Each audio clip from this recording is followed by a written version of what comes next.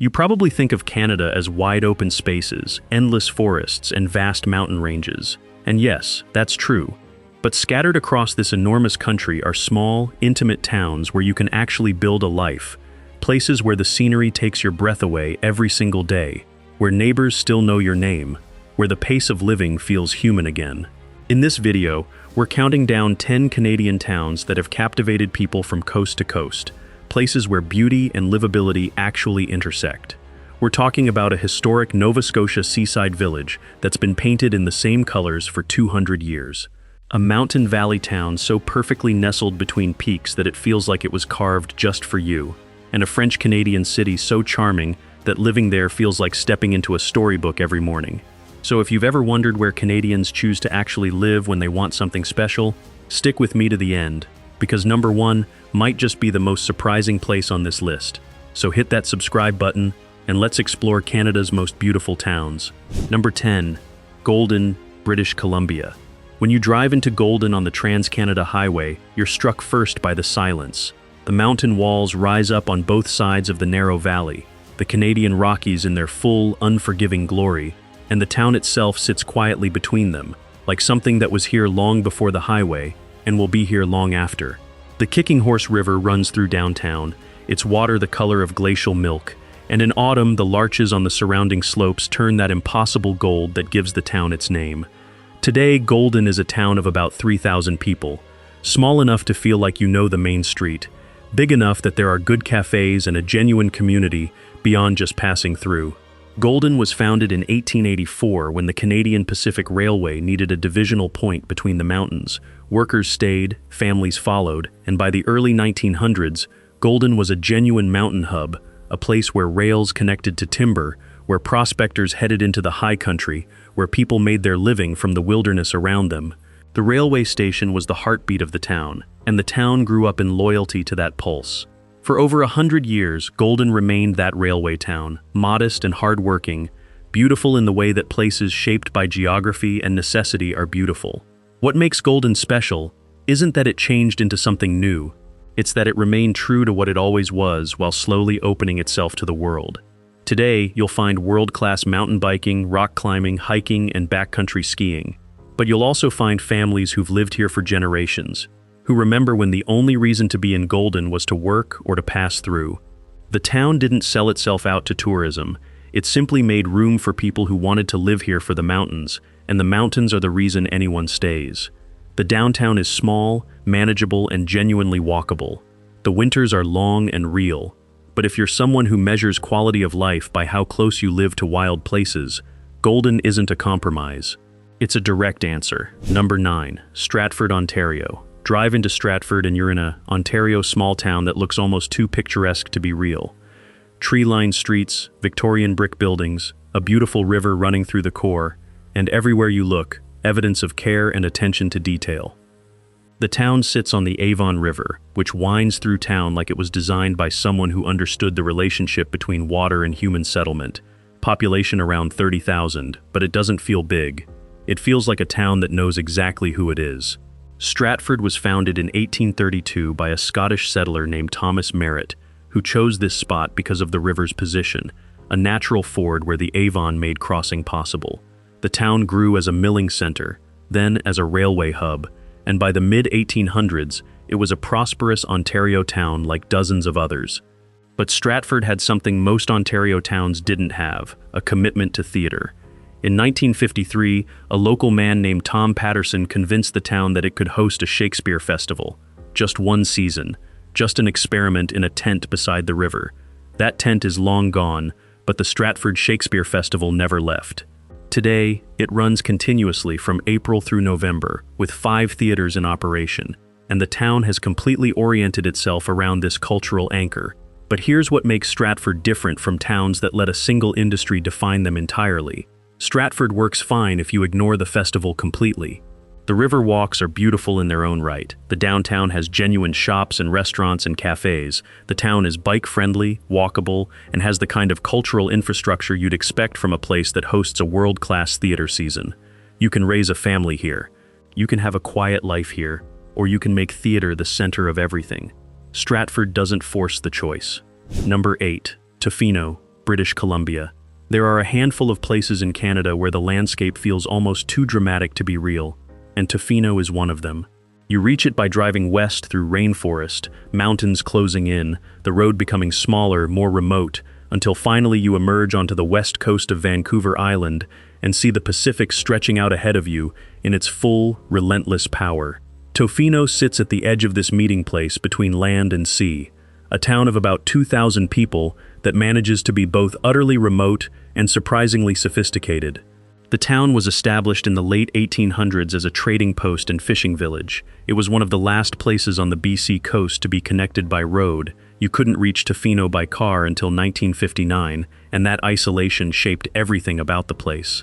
It developed a culture of self-sufficiency, of people who chose to live far from the rest of the world, who accepted the constant rain and the challenging winters in exchange for something you can't find anywhere else.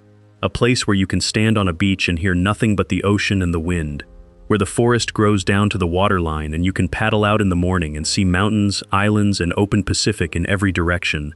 Today, Tofino is known for surfing, for whale watching, for its rainforests and storm watching, but it's also become a place where artists, writers, craftspeople, and people seeking a quieter life have built genuine roots.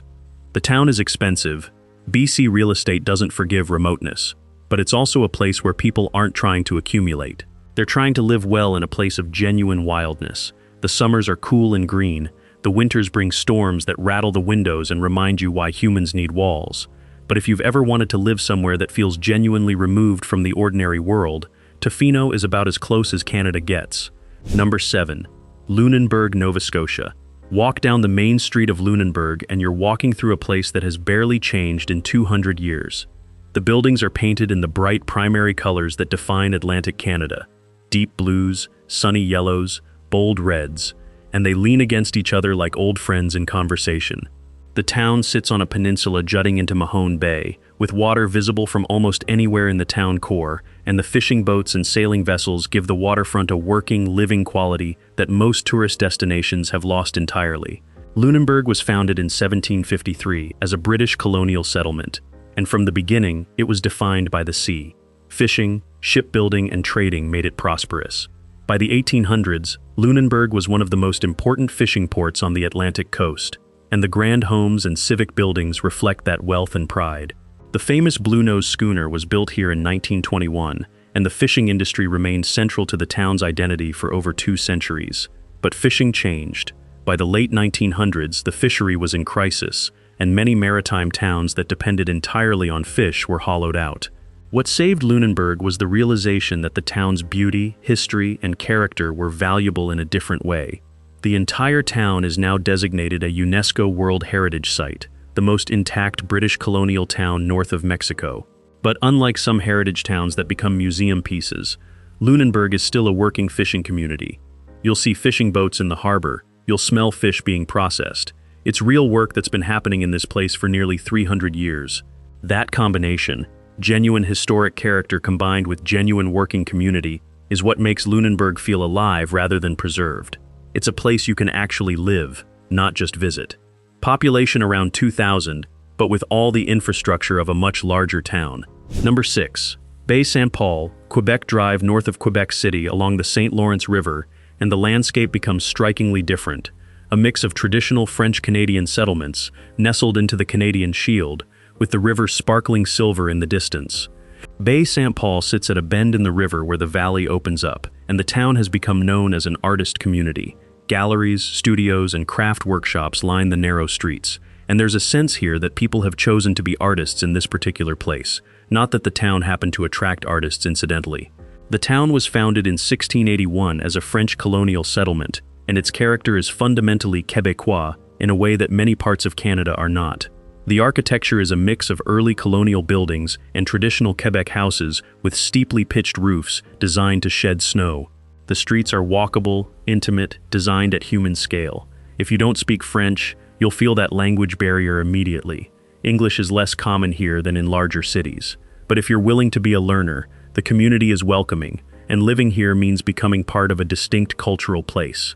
What makes Baie-Saint-Paul remarkable is that it's managed to become a genuine artist destination while remaining affordable by Canadian standards. and maintaining its character as an actual town where regular people live. You'll find painters, sculptors, craftspeople, and writers here, but you'll also find families, retirees, and working people. The town has excellent local restaurants, good schools, and a genuine sense of cultural community. The winters are long and the summers are brief, but there's something about the combination of cultural vitality, natural beauty, and Quebecois character that makes people put down roots here. It feels like a place where a certain kind of creative, curious person can build a life that's both grounded and artistically nourishing. Number 5. Canmore, Alberta. In 1891, the Canadian Pacific Railway brought coal mines to the Bow Valley, and Canmore grew up as a mining town between three mountains. Mount Rundle rising straight up to the south, the Three Sisters forming a distinctive jagged skyline to the northeast, and Mount Cascade closing off the valley to the north. Coal mining built the town. The miners came from around the world, Scotland, Eastern Europe, China, and Canmore became a place where different cultures lived and worked and built community together. By the 1900s, it was a prosperous mining town with good schools, churches, and the kind of civic pride that comes from having something to mine and people willing to work it. But coal didn't last forever. By the 1970s, the mines had been exhausted, and the town faced the choice that's killed many resource-dependent communities: change or die. Canmore chose to change, but carefully. The mountains that surrounded the mines had always been there, and people began to realize that hiking, climbing, and mountain sports could be a sustainable future. The town positioned itself as a mountain recreation hub without abandoning what it was. The old buildings were preserved. The downtown remains walkable and human-scaled. But now, alongside the heritage homes and historic churches, you'll find excellent restaurants, galleries, and outdoor recreation businesses. Today, Canmore is a town of about 15,000 people living in the most dramatic mountain landscape in Canada, literally surrounded by peaks, living in a valley carved by glaciers. The Bow River runs through town, clear and cold and fed by snowmelt. The summers are brief and perfect. The winters are long but not as brutal as you'd expect at this elevation. What's remarkable is that Canmore hasn't sold its soul to wealthy outsiders.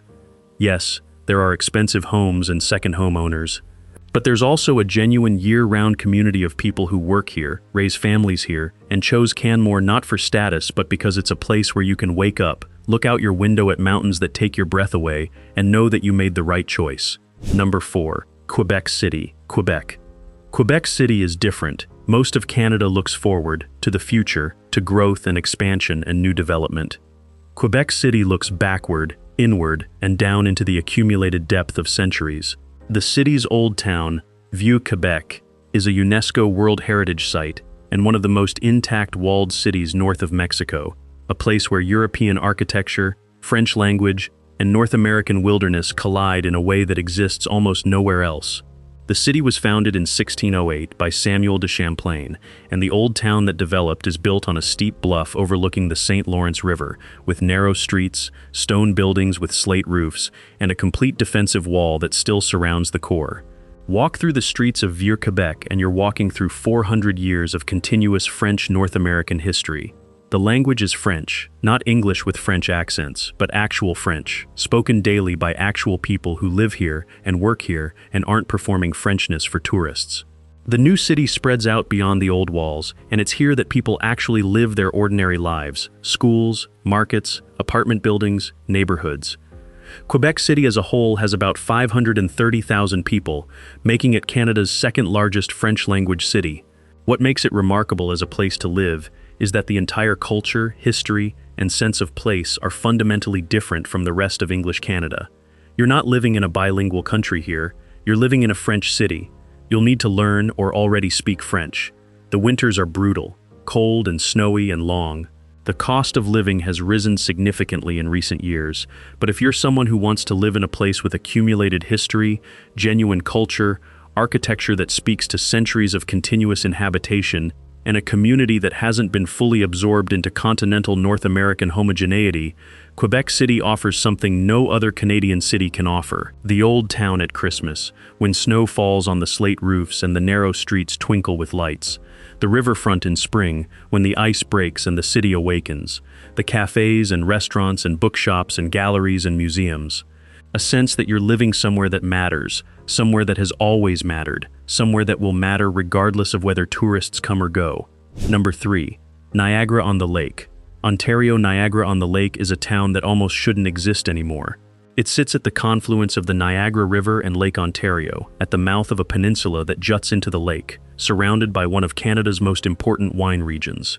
The town was founded in 1788 as a United Empire Loyalist settlement, people fleeing the American Revolution who chose to rebuild their lives on the northern shore of Lake Ontario. For over 100 years, it was a thriving port town, with ships bringing goods from around the world, with shipbuilding and fishing and commerce making it prosperous. But the harbor silted up. The steamships and sailing vessels gave way to larger vessels that needed deeper harbors. By the 1900s, the town had become secondary, left behind by the economic forces that had built it.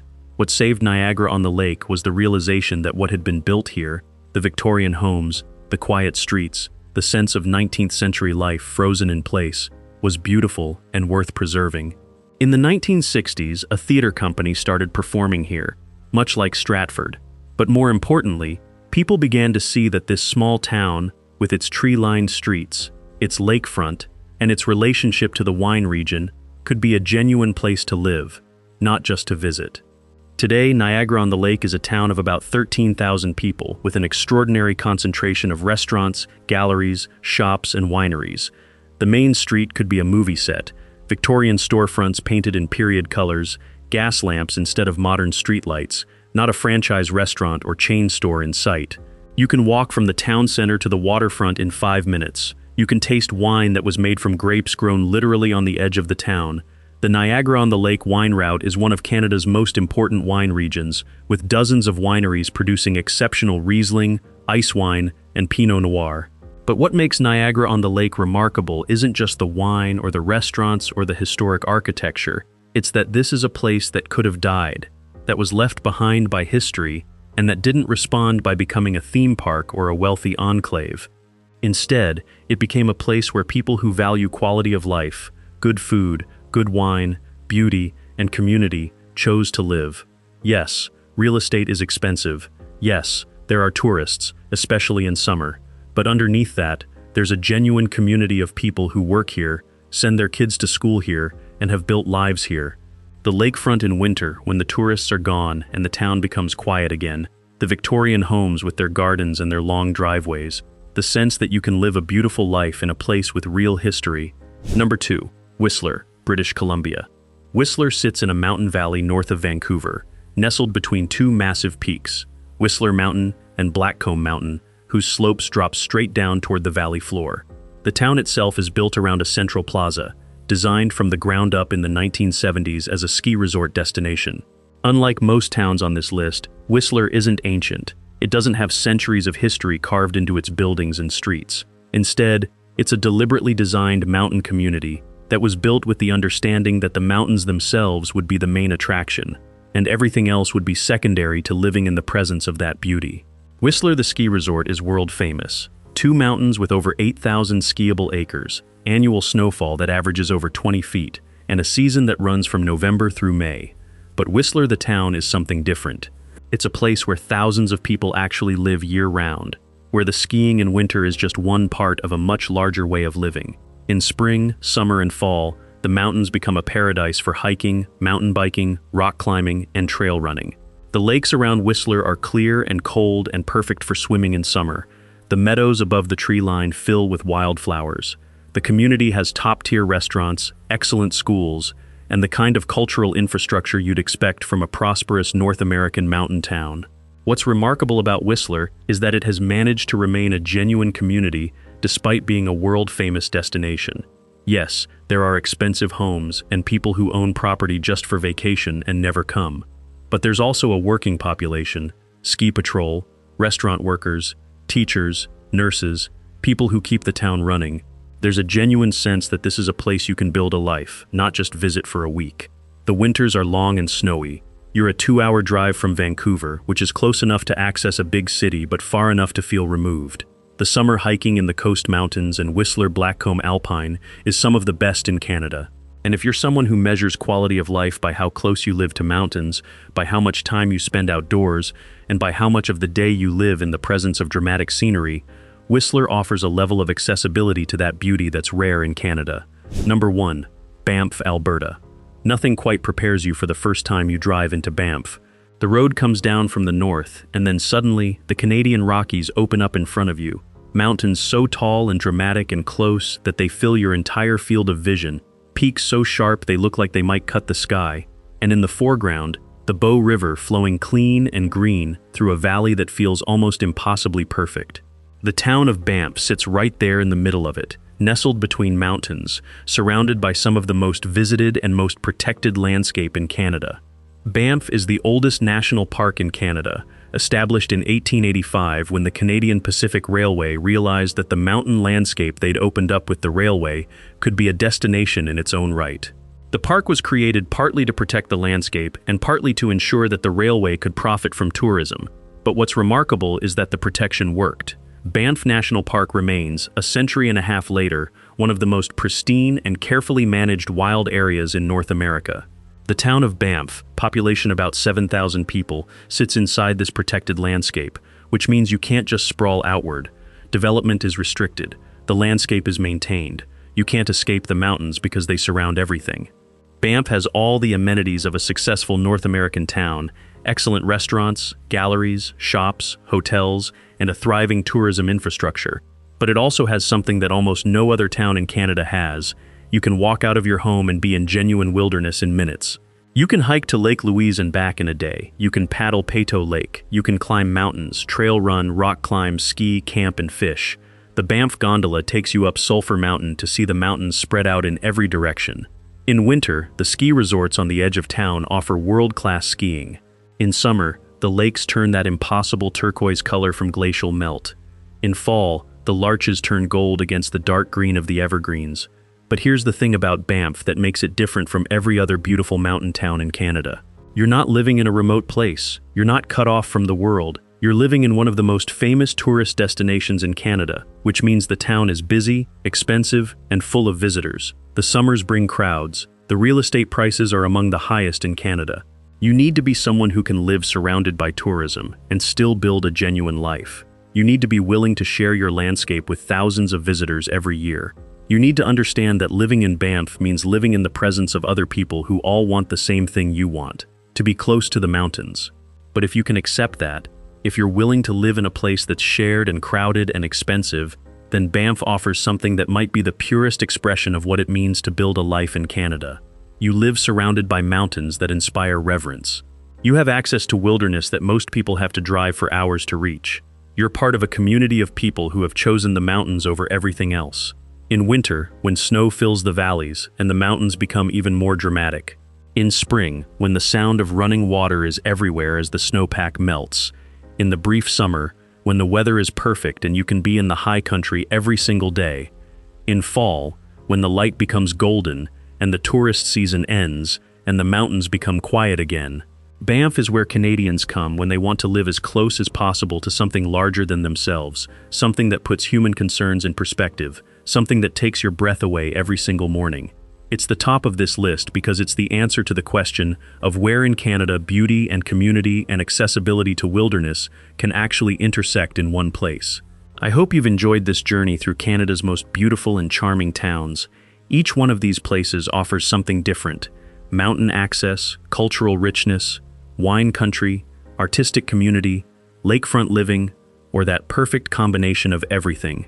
If you've ever wondered where you might want to build your Canadian life, one of these towns might be the answer. So make sure to share this video with your friends and family, especially anyone who's thinking about a fresh start somewhere beautiful.